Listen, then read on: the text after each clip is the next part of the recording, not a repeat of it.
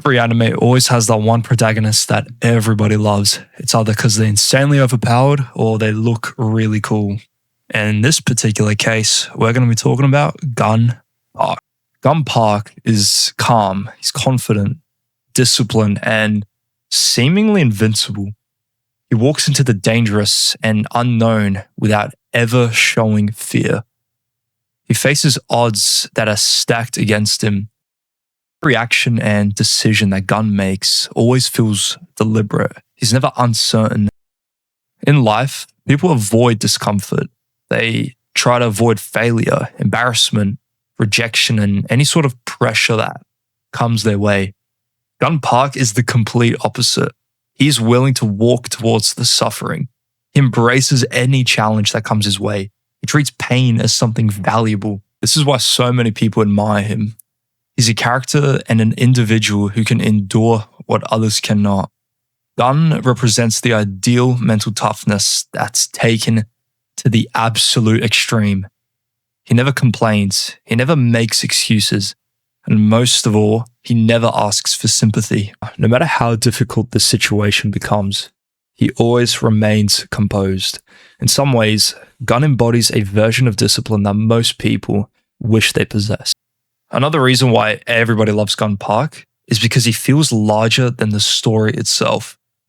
Whenever Gun is on screen, the whole atmosphere changes. Every character becomes nervous. Tension always rises. The audience knows when to pay attention. Even before the fight begins, people know something is about to happen. And that is what we call aura. Now, he doesn't have or need any long, flashy speeches or entrance to command attention. His presence alone is enough.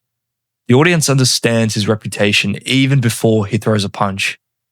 That kind of presence is incredibly rare in fiction. Unless you're Satoru Gojo. Now, many powerful characters fight because they're angry. Others fight because they want revenge. Some fight because of recognition.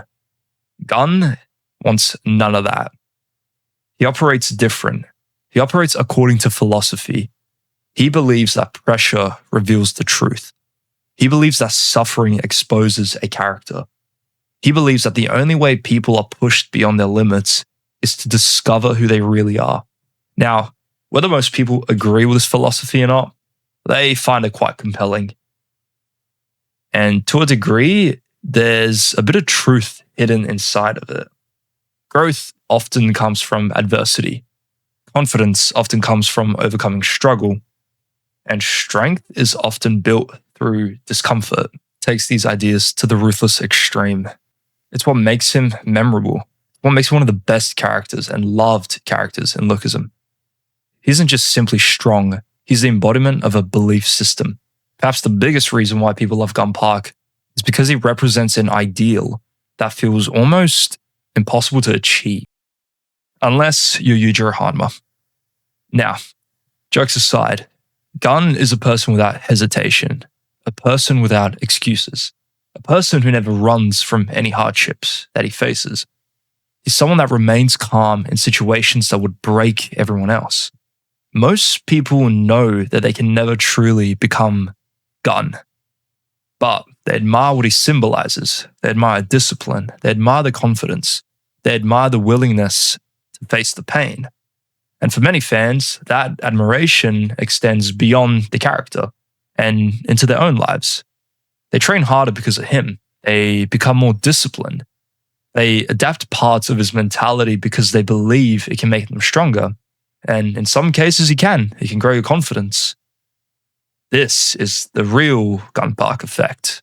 It's not because of his strength. It isn't because of his fighting style. And it isn't because of his victories. The Gun Park effect is the feeling that he creates. Gun went up against Big Daniel and Johan. He didn't just fight them. He exposed them. When he went up against Big Daniel, Gun's approach wasn't just to overpower him. It was about forcing him to reach a level where raw physical potential wasn't enough. He pushed Daniel into a situation where instinct, adaptation, and control matter more than talent, showing that even the perfect body that Big Daniel has was meaningless. When he went up against Johan, it was more of a psychological fight. Johan's desperation, emotional drive, and refusal to give up was all tested under Gunn's pressure.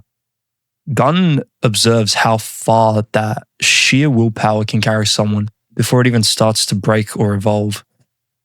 In most cases, Gunn isn't simply reacting to strong opponents, he's dissecting them in real time. Instead of being overwhelmed by multiple enemies back to back, Gunn treats the entire arc as a continuous evaluation of human limits.